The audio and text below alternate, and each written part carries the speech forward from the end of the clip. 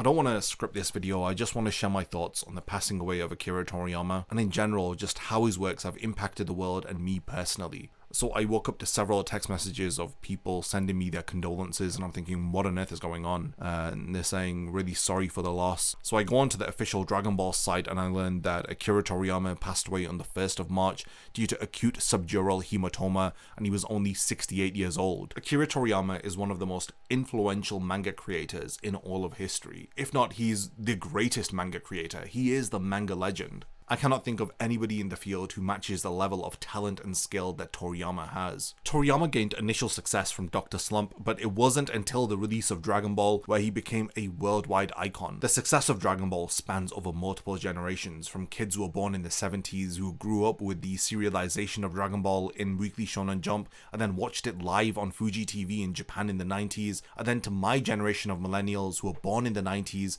who experienced Dragon Ball Z via Toonami in the early 2000s. And now in the present day, you have people who have grown up on Dragon Ball Kai and Dragon Ball Super who are once again falling in love with the world of Dragon Ball and the story of Goku. Dragon Ball is a very special story to me, and it's hard to put into words how much that Akira Toriyama's work has impacted my life personally. I want to share with you my experiences of Akira Toriyama's work, how I first fell in love with Dragon Ball and how I expressed this love as just a 7-year-old kid, and how even till this day, Dragon Ball is my favorite piece of fiction that has ever been created. In 2000, my family moved home, and all of the friends that I had at the time, which was pretty much the entire year group in my school, I was going to lose because I was going to an all-new school. So I remember being really alone and not having a lot of friends in those first few months at school. A lot of lunchtimes were spent on my own. I mean, I tried to play football with everyone, but I don't think that they wanted me on their team for whatever reason. And I felt really singled out, like I was the black sheep there, mostly because my family was one of a handful of minority families who were going to this school. So it really felt like I didn't fit in because, well, this was a totally new school, I have no friends, and because I look different to everybody around me. I think experiencing all of this at such a young age leaves you prone to escape into different worlds. And on TV, I was really into Pokemon at the time, but then I switched over the channel to Cartoon Network and found Dragon Ball Z airing. And at the time, we were on the Frieza saga, and I remember watching the Frieza saga, and then it would constantly restart all the way back to the Saiyan saga, just desperately dying to know what was going to happen next in the story. And eventually Garlic Jr. happened, and then the Trunks saga, and then we had to wait again for the Android saga. But needless to say, I quickly fell in love with Dragon Ball Z. As I'm explaining this story, I'm seeing so many similar experiences on Twitter as people share their thoughts on what Dragon Ball meant to them growing up and how much Akira Toriyama has impacted their lives. It seems like a lot of us had escaped into the world of Dragon Ball in order to find some sort of comfort in this world during whatever difficult times that we were going through when we were younger. I had this thing, whenever I'd met someone new, regardless of their age, I used to ask them, do you like Dragon Ball Z? And if their answer was yes, then I'd continue talking to them and we may become friends. If the answer was no, then I wasn't interested in knowing them as a person. It was a really silly thing that I continued to do all the way up until like the age of 13, 14. I remember in the playground, me and my small group of friends, we would reenact scenes from the story and fire off all of the different moves, from Masenko to Special Beam Cannon to the Kamehameha Wave to Gallic Gun. Honestly, Dragon Ball was like the icebreaker. It helped me to form my first few friends at school. But yeah, we were definitely bullied for liking Dragon Ball Z, and I'm pretty sure we brought it upon ourselves because of all of the goofy stuff that we used to do in the playground. To me, Dragon Ball was unlike anything that was airing at the time. So for this reason, it really stood out. It genuinely felt like a soap opera for children, with each episode ending on a dramatic cliffhanger, with the narrator telling us to find out what happens on the next exciting episode of Dragon Ball Z. It was honestly out of this world.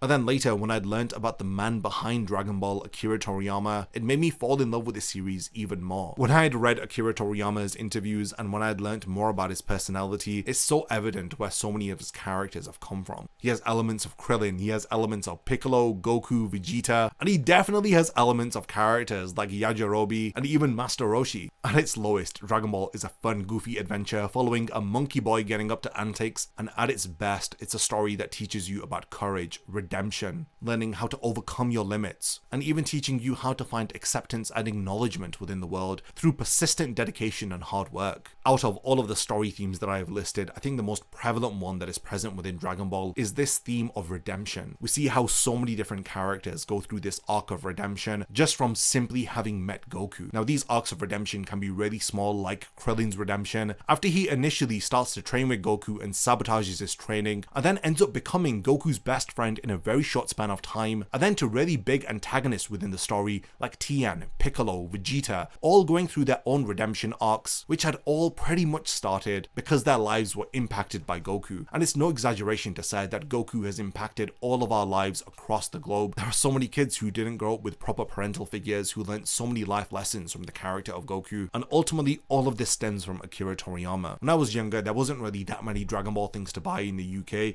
so whenever we came across anything Dragon Ball, we really cherished it.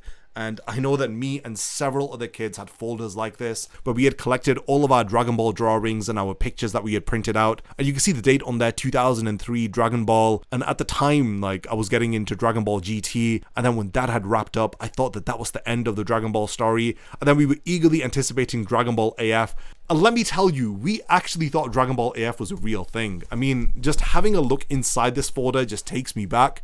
I mean, you've got different drawings like this. You can see how dedicated we were to Dragon Ball. These pictures were printed almost like 20 years ago, and look how prevalent Super Saiyan 5 was back then. All of us just wanted to know what was happening next with Dragon Ball. Literally, man, this takes me back. You can see Super Saiyan 5 Gohan, and then obviously Super Saiyan 5 Goku there. This image here literally gave us hope that Dragon Ball was going to be continuing, and that it wasn't going to end just at Dragon Ball GT. You can see this line art that I printed in 2003 and then colored in. Then you've got all of my old Dragon Ball Z drawings that I drew as a kid. But honestly, this is just a tiny portion of the love that I have for Dragon Ball. And it's the only way that me as a 7 or 8 year old was able to express how much this story and this world means to me. And to learn today that Akira Toriyama, the man behind all of it, has passed away, it genuinely hurts. I know that Toriyama was really tired of serialization. If you read his comments within the manga volumes, you can see how many issues he was having with his back pain, how troubling it was for him to continue serialization. For almost 20 years he was weekly serialized. He had no break between Dr. Slump and then Dragon Ball. And then every time he had tried to end Dragon Ball, he was pushed to continue writing, until he finally came to an arrangement of ending the series with the end of the Buu arc. In the 2000s, Toriyama really distanced himself from all of his old work. He had this attitude of just wanting to move on to the next thing. So he did a lot of video game design, primarily for Square Enix, like Chrono Trigger, Dragon Quest. But then with the release of Dragon Ball Evolution,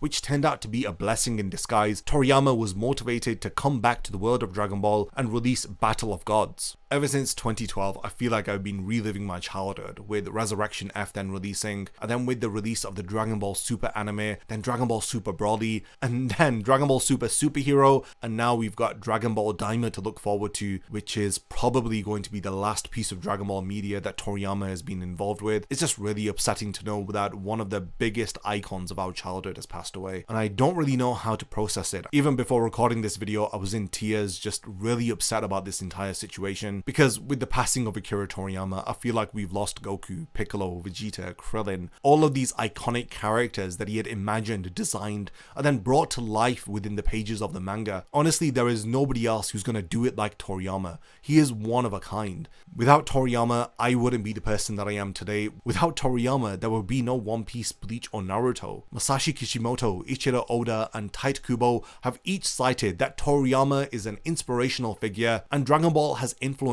them even in their own works. Honestly, I'm at a loss for words. What makes me even more upset is that this didn't happen today, it happened 7 days ago. So we've literally been in a world without Toriyama for 7 days, and acute subdural hematoma is pretty much internal bleeding in the head, and at the age of 68, you're very prone to having falls. And I think that Toriyama may have had a fall, or he had an injury to the head, which had led to the internal bleed, which ended up taking his life. It has been such a sad few years for the world of manga. We lost Kazuki Takahashi, the creator of Yu-Gi-Oh!, and then of course Kentaro Miura, the creator of Berserk, and now Akira Toriyama. Honestly, the pain that I'm feeling right now is inexplainable. There's a deep void within my heart that's just irreplaceable. Akira Toriyama meant so much to me. He meant so much to all of you. For me personally, the world's just not quite gonna feel the same now that we've lost the magic of Akira Toriyama.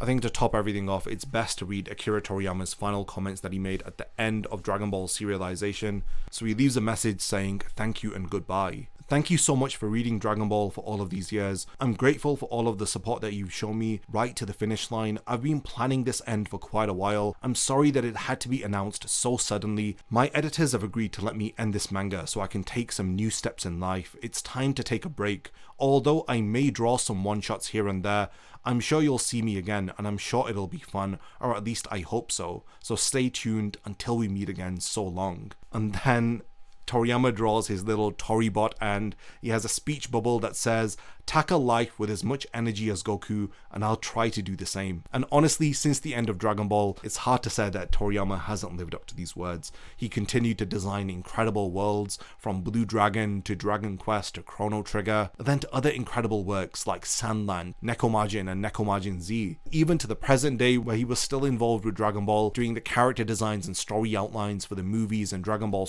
So that was Toriyama's final words in the final chapter of Dragon Ball. And in the final volume of Dragon Ball, his author comments read, "It's our final volume. I tried to keep the end low-key, almost as if the story might keep going. What do you think of it? Thanks to all of you who stuck with me through 42 volumes, and to everyone who sent fan mail and presents. I'm so sorry that I haven't been able to reply. Thank you from the bottom of my heart. Goodbye." I don't know what more there is to say. I genuinely thought that we had more time with Toriyama. I was looking forward to the future of Dragon Ball with Toriyama in it, but things are going to be very different moving forward. The last thing that I want to say is that this world can be really cruel and harsh sometimes, and when you come across a world like Dragon Ball, which also has its fair share of cruelty, but despite all of that, you have characters like Goku who have the strength to puff up their chest and to face off against any adversity, no matter how overwhelming it is, and to smile while doing it. It's just really heartwarming, and it gives you the courage to continue living. And I honestly know what Toriyama means when he says to tackle life with as much energy as Goku. Akira Toriyama was someone too special for words. It was thanks to him that Dragon Ball was created and it was able to impact all of our lives. His artistic ability and his ability as a writer is second to none. And with the news of him leaving this world, it's left me utterly devastated. Different mangaka have released comments on the passing away of Toriyama, and I think the most special has been from Ichiro Oda, and one of his closing comments is that he hopes that the afterlife that Toriyama has gone to is just as joyous and as exciting as the afterlife that he had imagined within his world of Dragon Ball. This is such a profound and special comment to make, and it highlights how the loss of Toriyama has impacted even the greatest mangaka of this era. I'm really gonna miss those interviews with Toriyama where he comments on the latest news in Dragon Ball, where he has a press release talking about the new Dragon Ball movie, the new Dragon Ball series, or the new Dragon Ball game. It was nice to hear Toriyama chiming in from time to time. I mean, sometimes a special comment from Toriyama was even more important than a new trailer reveal, and I'm really sad to say that we're no longer gonna have this. I hope that Toriyama's in a better place, and like Oda said, I truly hope that the afterlife that he has gone to is as good as the afterlife that he had created within Dragon Ball. I hope he's up there with King Yama, I hope he sees King Kai, I hope he's careful on Snake Way, and yeah. Let me know your thoughts on the passing of Akira Toriyama. For me, it's a huge loss, and it's something that's going to stay with me for quite a while, and yeah, definitely continue the discussion in the comments, and thanks for making it to the end of this video.